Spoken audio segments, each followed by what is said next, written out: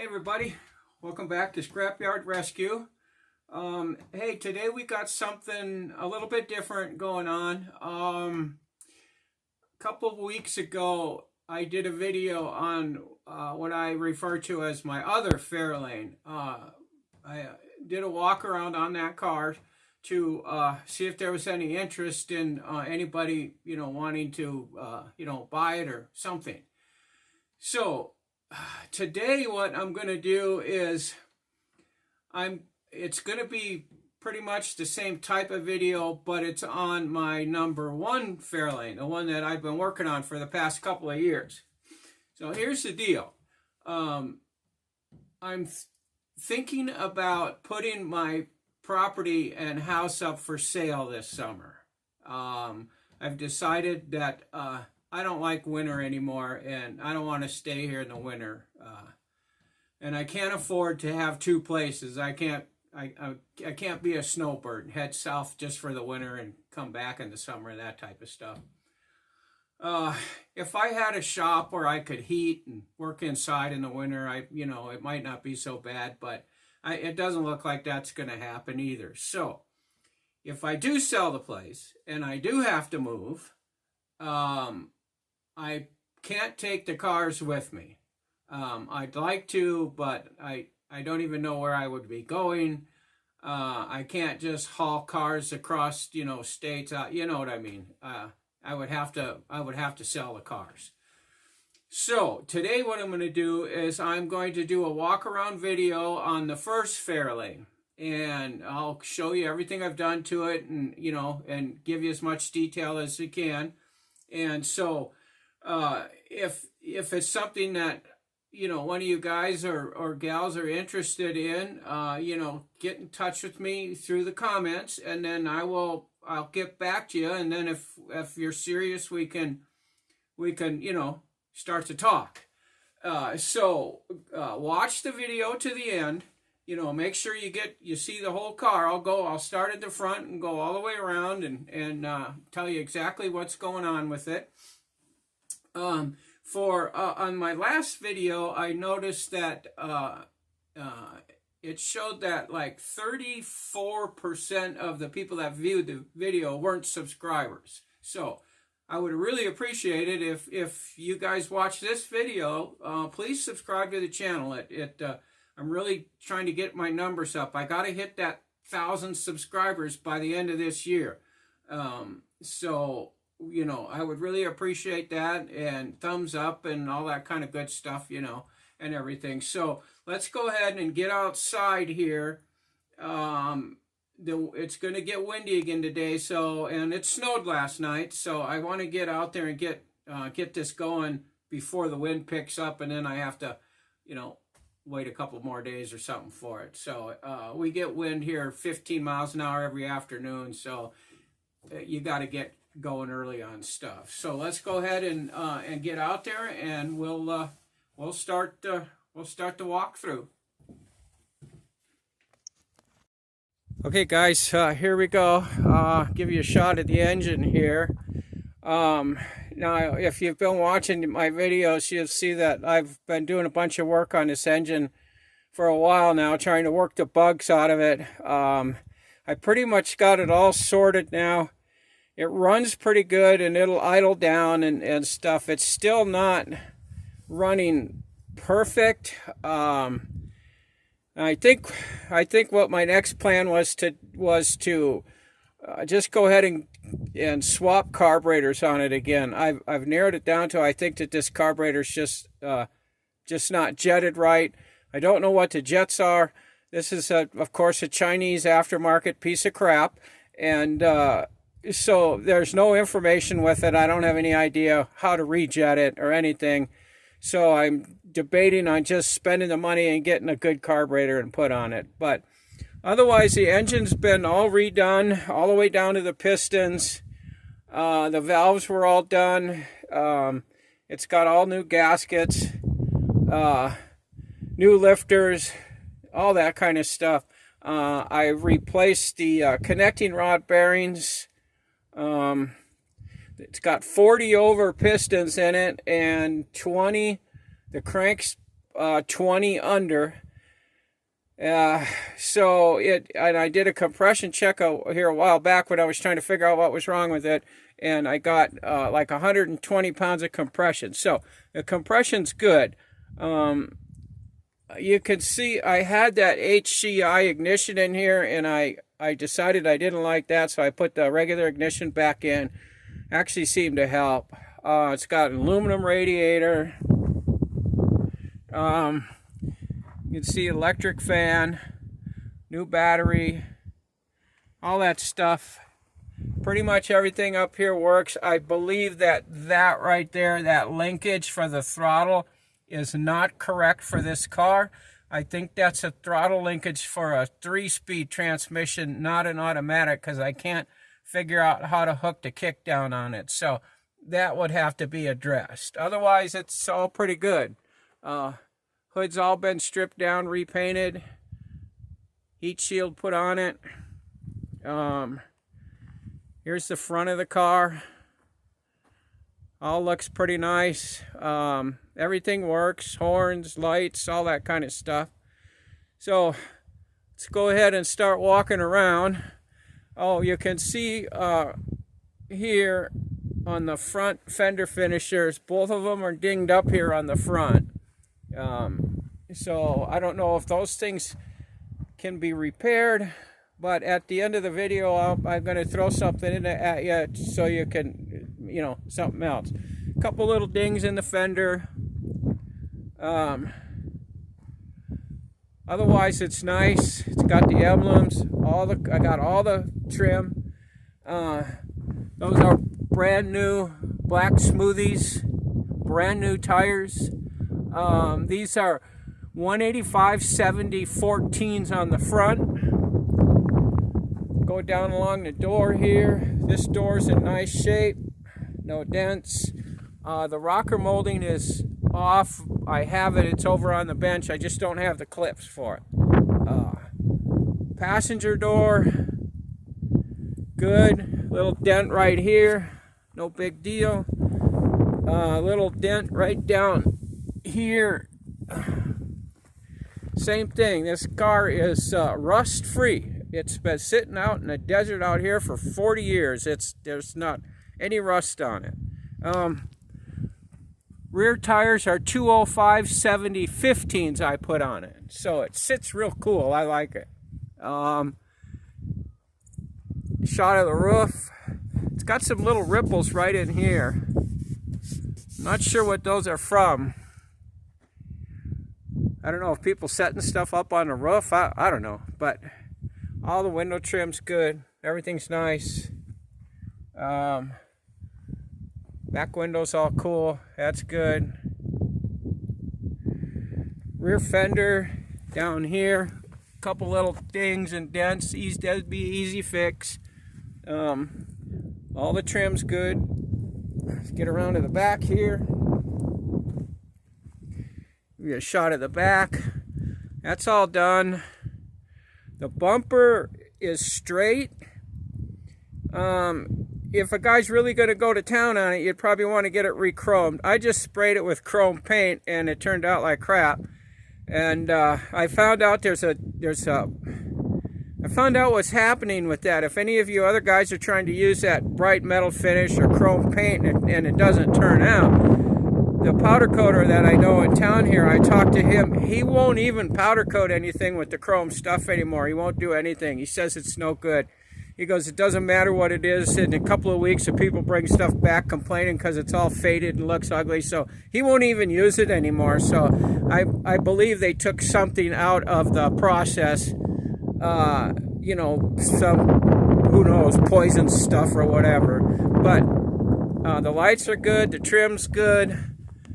There's the trunk, all stripped down, repainted, rust-proofed. Here's the inside of the trunk. It's all good. There's still some seam seal in the corners, and the you know, the mat for the floor would have to go in. And then there's those two fender finisher things inside, they call them. This stuff's not too expensive. fenders are both good. So those are good. We'll get over here on this side. Got some more damage on the rear fender there. This piece of trim, I have that over there too, but I need to get those special brackets for it. But this fender's dinged up a little bit. But again, there's no rust. It's a rust-free car. All the trim's good. Doors are good.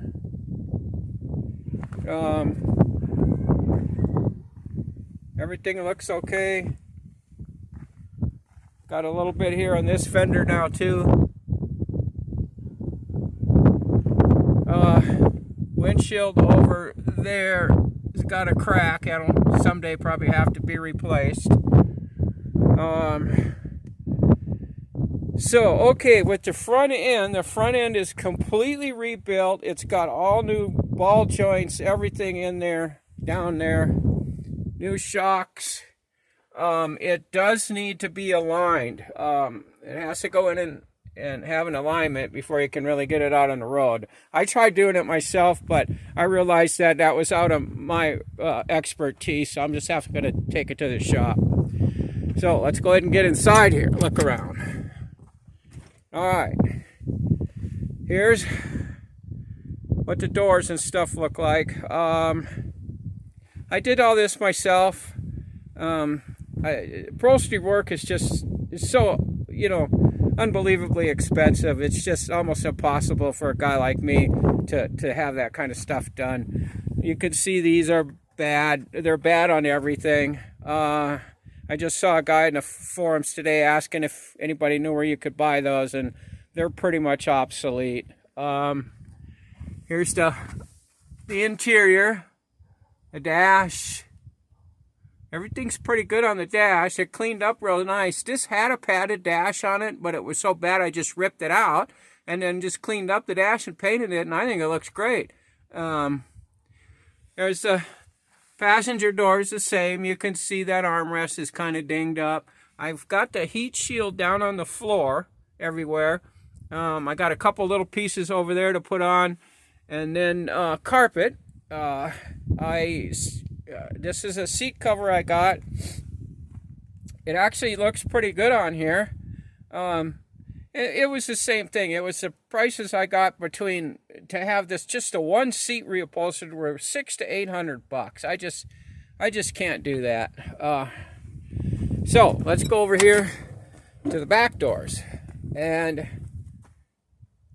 back doors the same. I did the same thing. At least these are okay here in the back. I even found an ashtray. You can see the back of the seats, got some mouse chews in it and things. The back seat, unfortunately, was really good except for this cloth part that is kind of yucky. But I don't know what you can do with that. I hate to do anything with the back seat, but and the package tray needs to be replaced. The headliner's going to need to be replaced too at sometime, but I'm not going to tackle that because apparently you have to take the windows out and all that kind of stuff. And I thought, yeah, I'll have to wait and see what happens. So that's the interior. Let's get over here to the passenger side, and we'll look a little bit more over here. So passenger side, got that tack I put in. That's going to have to go because it's a piece of crap too. It doesn't do anything right. The needle flips all over the place, and so that's got to come back out and go in the trash and get a new one. That red wire there is for the electric choke, which I took off because I didn't like it, and now I want to put it back on, but I think I broke it. So I don't know. If I get a new carburetor, it'll have one on it. Passenger side door, pretty good. This one's not too bad. A guy that's got some patience and stuff, you could fix those. You could glue some new vinyl over them, make them look nice. Doors all shut good. It's a pretty nice car, guys. Okay, I'm going to tell you the stuff it does need. First thing is it needs an exhaust system. So I talked to the exhaust guy in town who's done cars for me before, and what we decided to do with this one is it has stock exhaust manifolds on it. I thought about putting headers on it, but I decided not to do that either. So, but it's got the original Y pipe and sort of single exhaust, but it's junk. So what I was going to have done to it is going to have them run a couple of pipes off the exhaust manifolds back to a glass pack muffler, and then run the tailpipe off the glass pack and bend it and have it come out right in front of the back tires. He can do that really reasonable. You'd be looking at a maximum on this car if he did that. He did that GMC truck I did last summer. He did that for $500, did the exact same thing, and he had to do a lot of fancy bending up on that GMC to make those front pipes work. I've already got a glass pack muffler I bought from him because I got it hooked up, kind of just half-assed on this thing, so I didn't have to listen to a straight pipe all the time when I was trying to tune it up. So I wouldn't have to buy that. So I'm thinking around $425 and have a nice new set of exhaust on it. The carpet, I've looked up carpet, and you can get a good set of the carpet for about $200. All formed, fitted, all that kind of stuff. So that's a pretty good price. So, you're looking at about $600. There's other stuff. Those are just the major. Oh, the front end alignment. But the tire shop in Klamath Falls here says, $90 is what they do alignments for. And I asked them. I said, "Can you do an old car like this?" And they go, "Oh, yeah, no problem. Same price." So I would bring it in and just have them do it. So,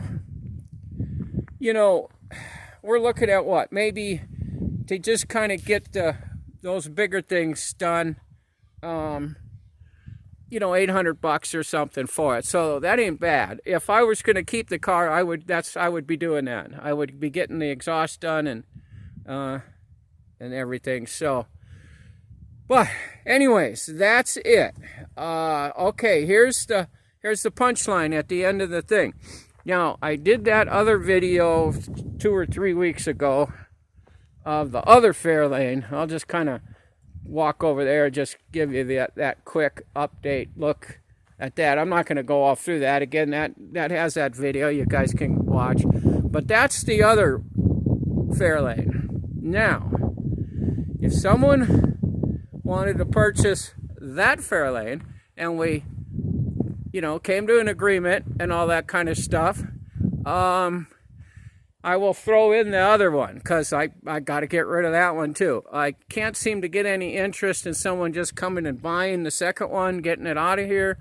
But maybe if a guy gets a package deal, gets them both, show a little bit more interest. So anyways, with that, I guess that's pretty much all for now. Like I said, if you're interested at all, send me a comment, and we'll start talking. And yeah, I don't know if the guys that are going to watch this are just going to be Fairlane enthusiasts or just car enthusiasts. But watch in about a week from now for that over there. That's my Pinto. That's all redone. Going to do the same thing with that. So with that, let's go ahead and just end this video. Like I said in the beginning, if you would please subscribe, I would really appreciate that. That would be great. Be sure to contact me if you're interested at all in these cars, and let's just see what we can do. I hate to sell them. I don't really want to sell them, but I don't know how I would get them anyplace, else. Especially when I don't know where I'm going. So with that, I'm just going to go ahead and end the video. And thanks for watching, guys, and we'll just see you on the next one.